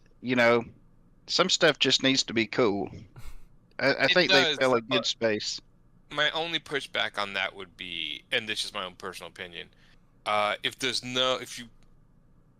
if you don't really establish the characters or develop a stake in what's happening, then all the explosions and stuff flying around just becomes. I agree. You got to have something to hold it together. This is one of my big problems with I think a lot of movie plots nowadays are overly complicated, and I'm not really sure why. I mean, you look at like one of my all-time favorite action movies, Die Hard. Pretty simple premise. But then you take a look at like one of the Marvel movies, and there's these intricate plots when I'm just like, you don't need to be this intricate and like all of this stuff. And so, I sometimes feel like a lot of movies put so much stuff in there where I'm like, look, just focus on the simple, basic story and just tell it effectively. John Wick, I think, does that well. Yeah. People killed his dog. It's getting revenge. Yep. This Yeah. is Killing nothing else fools. to really know. Mhm. Yeah. John Wick is also one of those where it will hide. It's really effective at hiding the fact that it's action to resolution, that it's not just action to action, in the way that Yeah. it tells everything where, oddly enough, Dragon Ball Super kind of hit this way, and I feel like that's why Dragon Ball Super kind of, reclaimed a lot of people who were not into GT or like the other Dragon Balls that came after Z. It's because Dragon Ball Super have moments where this is also a fun one to like introduce people to who are like new to it, because you have like, okay, so there's this man talking to God about the nature of power, and okay, he just punched a man through a moon. That moon is now in half. Yeah. So there are moments where they'll have moments of resolution, but they'll effectively hide it with, the spectacular action that helps propel it or make it feel more fast paced. So the bathhouse scene in John Wick 1, going from the club into the bathhouse in the back, that's a really good example of, you have a bunch of tension, a bunch of build up, action being, there's gonna be more action to come, but action, and it goes in. Scene resolves in the bathroom, information is given, okay, we have our next beat forward, and then more action unravels all the tension that got built up in the first half of that sequence. So it's really good of doing action to resolution to action. And so it's still this high octane, Moving you from one battle arena to the next. but it hides bits of plot in there. Yeah. Yeah. Yeah. I think it's also why people really like the Dark Souls games, because the world building all happens in the action. It all happens in, or when you cut to spending 5 hours trying to figure out where to spend your souls, and then you find a lore item on your sword, and you're like, oh, this is neat. Yeah. Yeah. I think John Wick was really good at world building. I don't think John Wick would have been as successful if not for the world building of the type of Assassin's world they built. I think that was smart in their move. It would have been just another generic action movie. Even with the action being as good as it was, it would not have had the success if it wasn't like you had the coins and you had the hidden assassins and the Continental. That added this whole sort of like, oh, this is like way more going on. Yeah. So I think that was good. Yeah, I think there's a lot of. Sometimes that's one of my problems, even with comics and a little bit with the Marvel movies, is your action and resolution. Is even though you complete the movie, there's somewhat of a revolution, but there's always stuff going forward. And that's my biggest problem with comics too. Yeah. Like if people go like, "Where do you start with comics?" and I'm like, "Start reading them anywhere." I was like, "Where do you finish comics?" Whenever you get tired of them. Like there's no beginning and real end. Yeah. I mean, I had one person who was like, I knew, was like, "Well, I'm gonna read every Batman comic out there. I'm gonna start like Batman #1." And I'm like, "No, don't." She's like, "Why?" And I'm like, "Look, you don't need to do that. Just read whatever you want. As long as you know he's the Dark Knight, his parents are murdered, and he's Batman. There's just really nothing else to really go on." Yeah. And so, yeah, but in that way, I usually, I kind of, that's what I think, like I said, most nostalgic readers, it's like, after Claremont left the X-Men, I was like, I guess I've gotten what I can out of this. I'll go on. Yeah. So, yeah. I think, I kind of fall as an outlier as an X-Men reader in that I liked Brubaker over Claremont for the most part. Claremont had good runs. He's really good. Yeah. But Well, he's the one that really established that, beyond. But I think in terms of being a good writer, being a tighter writer, Brubaker had it. And I'm talking about here with John Wick. I think what John Wick did also really successfully is in their world building, they did not expo dump. There are moments where we're like, okay, we're in the Continental now. Okay, everyone's an assassin. Okay, this guy gives you guns. They're not explaining why he's there, why this got set up, or whatever. Whereas, you do that if you're forced to tell a story in 2 hours, or you only have so many issues to do it. It's like, okay, you're not being allowed to do a long run. That forces you to do that really efficiently. Whereas if you're doing a long run, you're like, okay, we're gonna take an issue here just to explain whatever. And I felt like, especially with the Shi'ar stuff, Claremont did that, where there were moments where like, okay, here's like 5 panels, but with Silmarillion levels of text explaining Shi'ar things. Oh, I will be the first one to say that Claremont, I like his storytelling, like but his writing could be atrocious. I mean, I can't count how many times where like I never understood in the battles like Storm's gonna like I need to freeze the water just right so it expands and destroys this vessel. Therefore, I give it and like she'll explain this as she's doing it, Yeah. which I know she's got to explain to the reader all this cool stuff he could do, but it's like. Claremont, you can just show some cool stuff. Yeah, he over explains. I mean, he is like the king of like. Okay, there's a book in this comic, Yeah. and because he writes a ton. Yeah, Yeah. I thought he did a good job with character building or whatever. Mhm. But yeah, he's exposition happy. He Yeah. loves that stuff, Yeah. and that really actually showed when he came back to do I think the Extreme X-Men. Mm.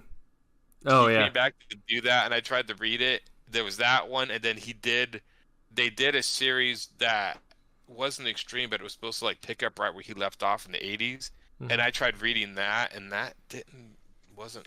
I don't know if it was just too much time had passed, Yeah. or if you're not grown as a writer or what. But I remember reading that, going like, "Man, this just isn't really good or whatever." So Yeah, that's especially coming off of like a BFA program where everything is like show don't tell, especially in a visual Yeah. medium. Word efficiency, understanding like your strong words versus your weak words, strong voice versus weak voice, and then you get almost like reading Claremont. I'm like, wow, this is everything I was taught not to do. oh yeah, But, yeah. It's funny. I will say the same thing on like Chris Claremont. I think not Chris Claremont, Frank Miller. I think Frank Miller had his moment. And I think he has gotten this is kind of the danger of writers Yeah. where everything sounds like Chris Claremont and he applies it to everything even when it doesn't fit. Like you go, Yeah. okay, your writing fits great. Sin City, great. Now you started writing the Batman All Stars again. Yeah, the Sin City writing doesn't work with the Batman.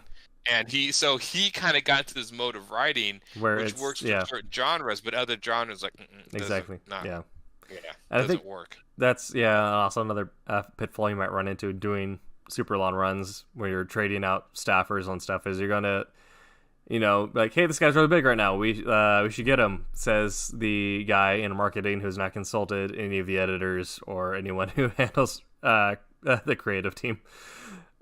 And Yeah, yeah, I mean there's definitely tones of writers. There's certain writers that I think have been good, and there's like I didn't think Josh Whedon always made the great. I think he fits certain genres with his very snarky writing.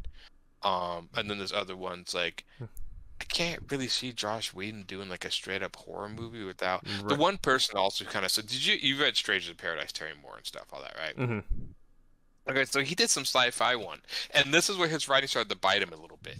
Like Stranger in Paradise is great; he was born to write that stuff, and then he did Echo, which is a sci-fi one, and it was basically her in the spacesuit, but every character talked like they were in the Stranger in Paradise comic. So it was like Stranger in Paradise, a sequel, except there's a spacesuit in the back. Yep. Okay, he did the same thing with this horror Rachel Riser. I started reading it, and it's like all this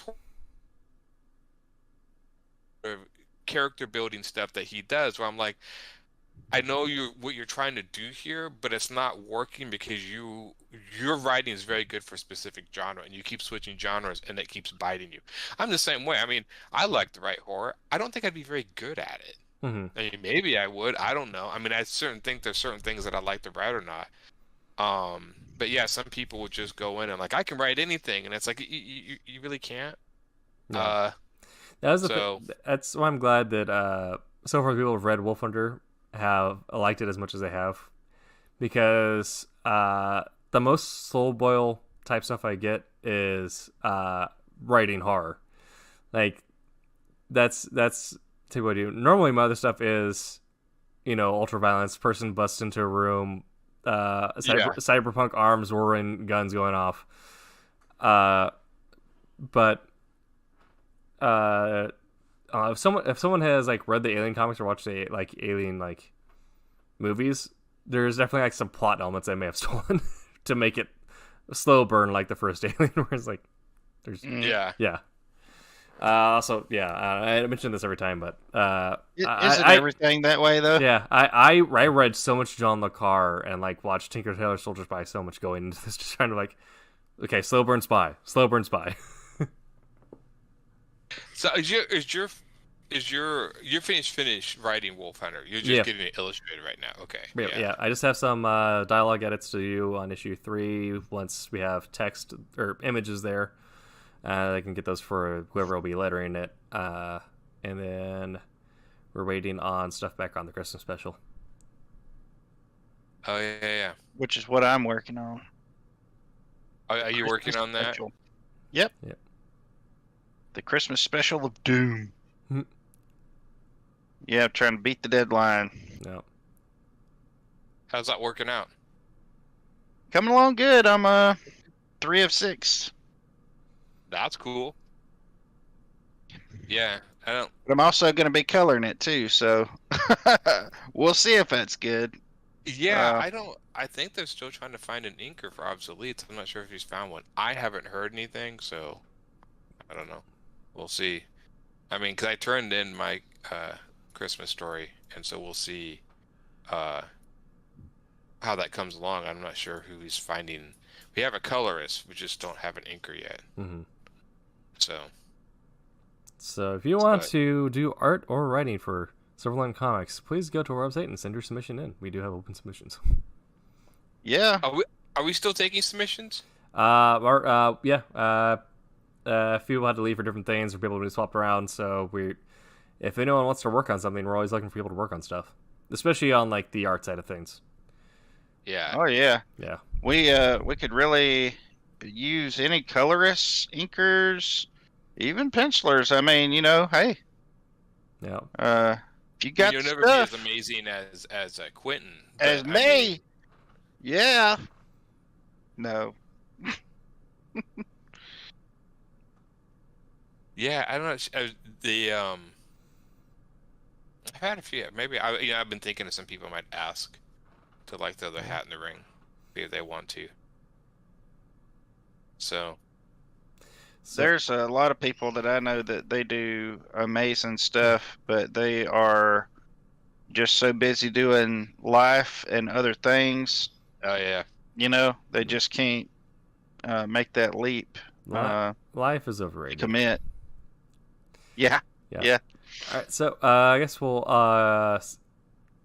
change gears a little bit here. So obviously, working at Silverline, since we're talking about this, when we pitch something as a writer or accept it as an artist, typically that the idea is 3 to 4 issues. It'll go to trade, and then if it does well, might look at it more in the future. But for the most part, that's kind of it.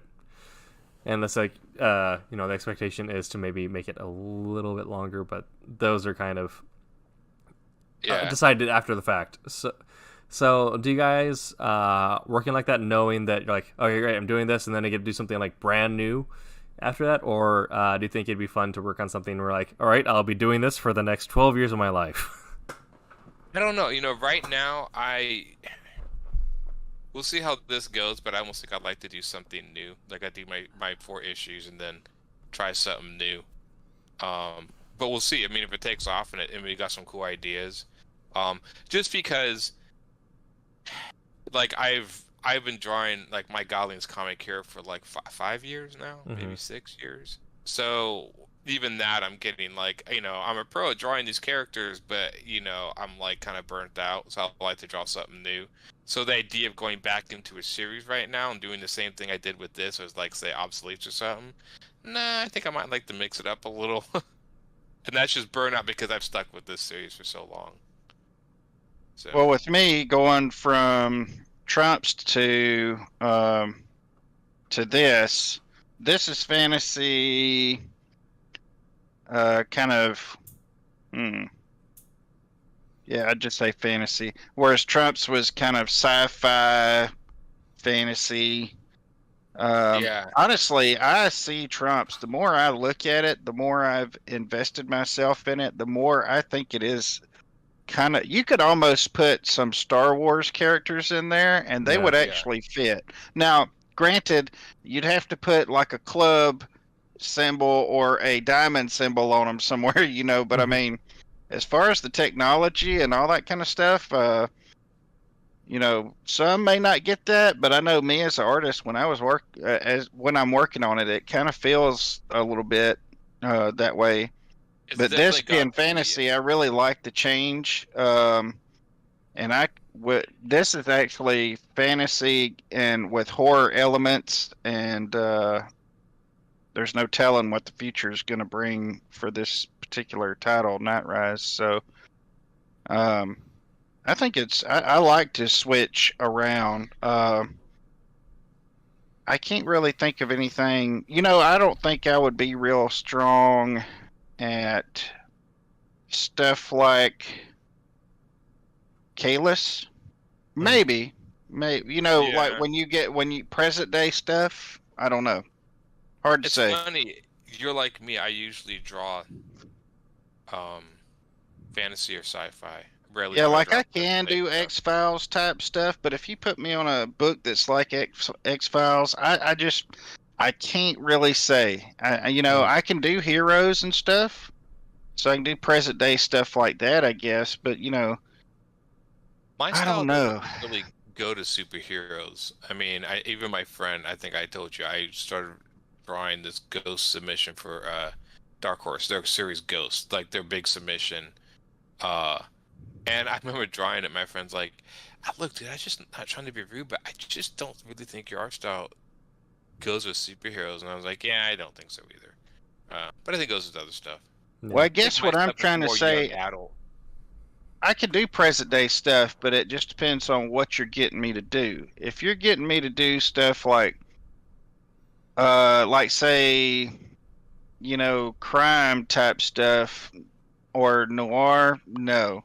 If you put me on a battlefield somewhere on the earth currently, with the GI Joe type thing, oh That's what yeah, I was gonna say. yeah. I was gonna say what you did with that last pinup you did of Yeah. this soldier. I was thinking that actually I could see you doing that. Yeah, see, I could do that. But if you got people in suits and daily life, slice of life stuff, I What just don't think I could do it. what about a combination of both? Say someone working for an accounting firm, but they do accounting for supervillains, and the supervillains are not happy for them. So they got mercenaries and Magneto look like breaking down the door, but they're just a bunch of accountants. I could do it. I could do that. Yeah. I really have to feel it. Whenever I'm reading something, I have to get like some cool images come in. That's just the way I work. And if I can get that, then I'm on board. I will suffer through the suits and the couches and the ferns in the corner. I will suffer through all that just to get to the coolness. I'll send you something after you finish your book. You didn't know you were just auditioning for a new project there, Quentin? I didn't know that. See- No, I didn't. See, it's this is the next level. We have the elevator pitch. This is the surprise pitch, where someone signs on to a project before they know they were heard a project. Good It's like, stuff. what am I doing today? Well, Quentin, you're doing this. Dot dot dot. Yeah. Alrighty. So we are coming up on time here, and for the last hour 45 abouts, we've been talking about the idea fresh things versus nostalgic things, long runs versus small in and out stories, or smaller, still takes 2 years to tell. And so we're gonna get some finishing thoughts here and then wrap things up. So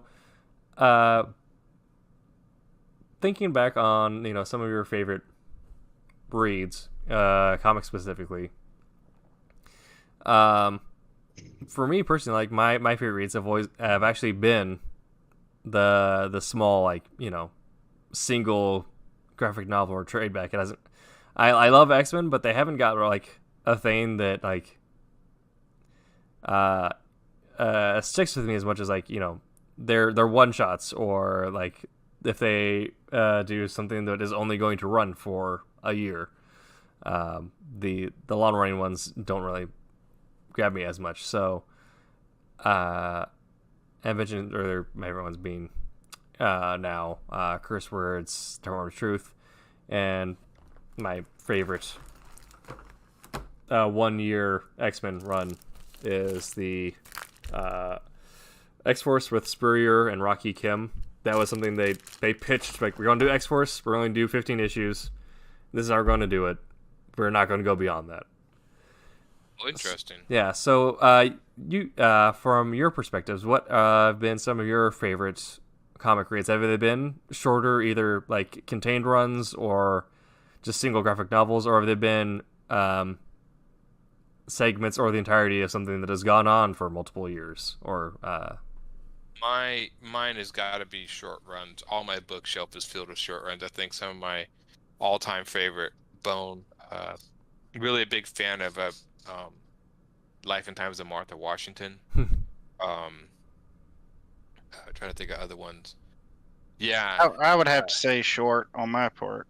yeah. As far as stuff that I collect and go out of my way to buy, and any more of my buying habits would be kind of either self-contained stories, or if something looks interesting, I buy the trade. But yeah, very rarely do I do long runs. Interesting. I think the only other long run series I got into relatively was New Warriors, and I actually have almost all that. I still have most of that series, almost all of it. yeah, But majority of everything else, I think, is like, Appleseed is only 4 volumes. Some of my favorite single volumes. That's always kind of what I stray to. Again, I don't know, maybe that has to do with me being an artist where I'm just looking for new visual ideas, something to inspire me. I like the story, but something to inspire me, and you can't always get inspired reading the same thing over. So I think that could be me being an artist. Yeah, and I'm just so art centric. I mean, I can't really, it's hard for me to be like a lot of readers. I'm just so art centric on stuff. Once they change an artist, then it's kind of on thin ice for me. It better be good. You better bring it after that. And if it ever comes to, so I would say short runs,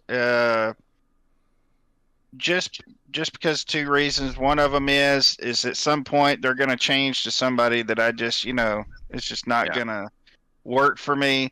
Secondly, I can't really invest enough, or I won't invest to get back issues if I'm late on something. I'll just wait, and then I'll get the trade short run.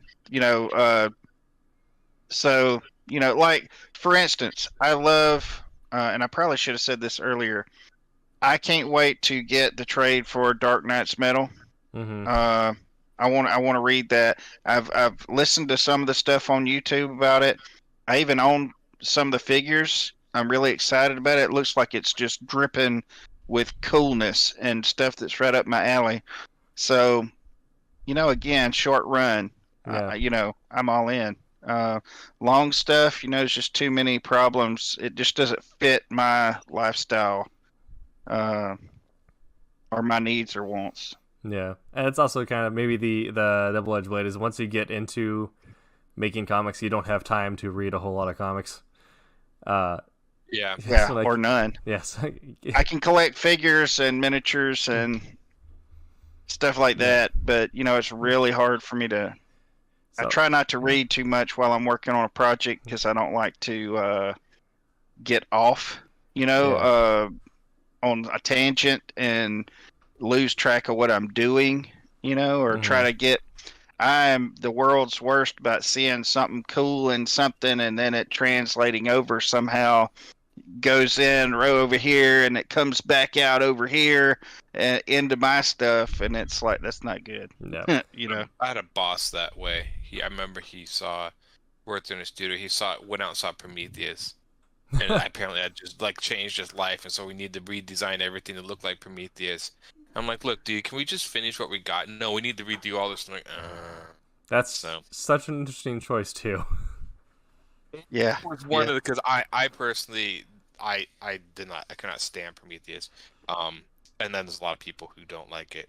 But I just remember he would go out and see things and be like, "Oh, now we got to do this." And there were sometimes I almost kind of cringe when he's going to see a movie or Yeah. even a concert or something. Because I know Yeah. he was invigorated. He'd come back and change everything. I was like, it's more work for me.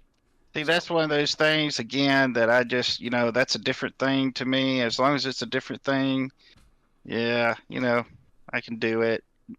But if it's, if they would have ever said, well, this is the prequel to Aliens, or something, definitely just came out and said it, then I would be like, well, wait a minute. Well, if you say that, there's a lot of problems here because now you have to totally change a lot of stuff, Mhm. Yeah. I just didn't think it never needed to go back and be explained. I can go on for a whole I am other segment with about that too. I Yeah. think the issue with a lot of stuff nowadays is they tell too much, they explain too much. Whatever happened to the guy like me who goes out of his door and all of a sudden meteors are coming from the sky? I don't know where they're coming from. Right. There's no way I could possibly tell in any length of time that there's aliens actually flinging these things at us. Yeah. That's. I just yeah. We had this line at Silverline Wednesday Night Wham is, writing something or telling a story. You get plenty of. You have to earn them, but you do get plenty of chances just to have your audience buy into something. And you can take advantage of that, just to have characters say, like, it works because it works. Done. Yeah. That's the whole thing with Tony, Obadiah Stone asking why the suit works. And it's like, well, it works because it's Tony Stark. That's Yeah. Yeah. Because reasons. That saying. I love that saying. Because reasons. I had in Wolfhunter, they're finding stolen contraband on a train. Not quite contraband, but spoilers. And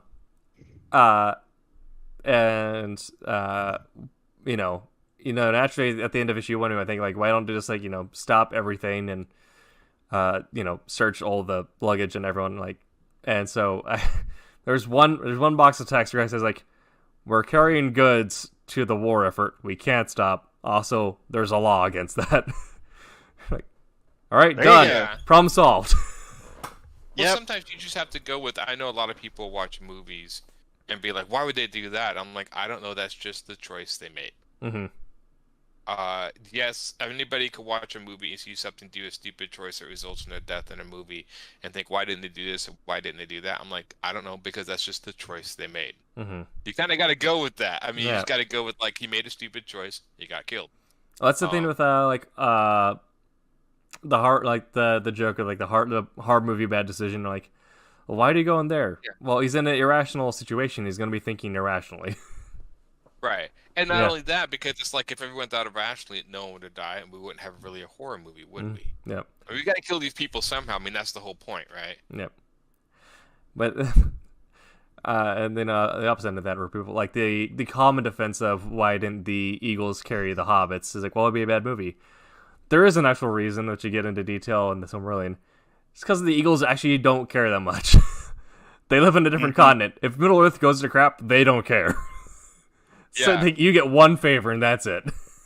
I just assumed the Eagles weren't even a part of it until they came in at the end because they decided to, like, help out at the last minute. That's I mean, yeah. the Eagles is That was basically like, how it should have. That's That the was how it should have ended episode, wasn't it? yeah The Eagles yeah. coming in and yeah. Yeah.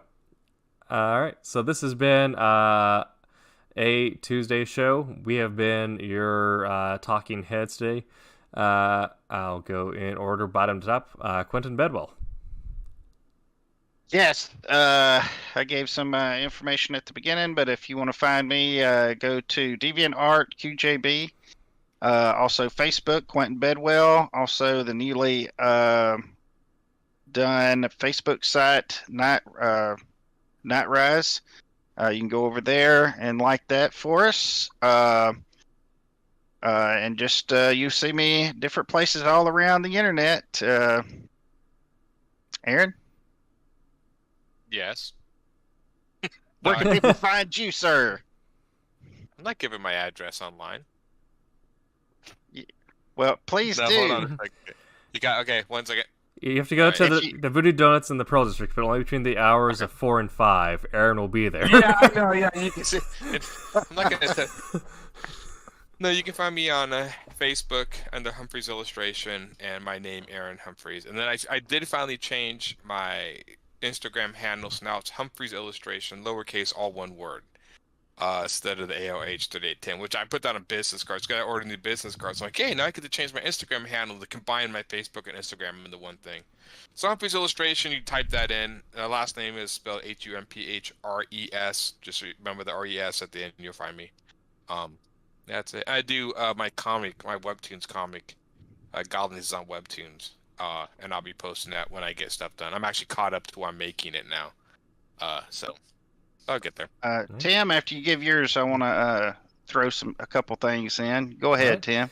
And I'm on all the social medias at TimTKWriter. I am on TikTok at Tim Doesn't TikTok. And I'm here on Twitch at EggroBacon, where I'll be live tomorrow night with either some Star Wars The Old Republic or maybe some Crusader Kings 3. We'll see. And we got Wolf Hunter coming out later this year. I think every other project right now is under wraps. Yeah. So we will open that back up to Quentin. Yeah, I'd like to just say we made our Kickstarter, for those of you who don't know, on Champion and Miss Fury and also Bea. So that was pretty awesome. They even reached into some stretch goals as well. Two stretch goals, right? I think so. Yeah, I was there. I think it did. We made I So- think at the last minute we got the second stretch goal at the very last minute. So I think we did. So just letting you guys know, that's number 12. Is 12? 12 for 12. Yeah. 12 for 12. 12 projects, 12 funding. So, and also, if y'all don't mind, just to give you a little teaser trailer on the Night Rise stuff, just to try to give people an idea of the aesthetics to it. Can I share my screen really quick? Yeah. You can have multiple people share Yeah, at hold the on. same time on this one, actually. Awesome. Okay. So if we really got with it, you could have everyone share the screen, and then I just bounce between them. Okay. Go But then it live. might just be me talking and Oh, there we- I'll But just- while I've been talking, this is what I've been working on. Can you see it yet? yes. This is what I've been working on. Now this is just the pencils and all that. I gotta say, you have a way with pauldrons. Oh yeah, I love pauldrons, and I'm just kind of throwing some stuff out here. And this is Ooh. one of the things I've been working on while we've been talking. I've just been kind of going back and forth to Yeah. different ones, but I am really excited about doing this. So anyway, so there was the sneak peek, and stop stream. Where's it at? quickly before they see more. Yeah, there we go. I said we have been your Tuesday show trio. You can catch us again next week, Tuesday, 8 p.m. Pacific Standard Time. Stay tuned, though, for Silverline's Wednesday Night Wham, 8 Eastern, Wednesday, tomorrow, and our Sunday team as well at 8 Eastern. We will catch you then, but until then, make mine Silverline.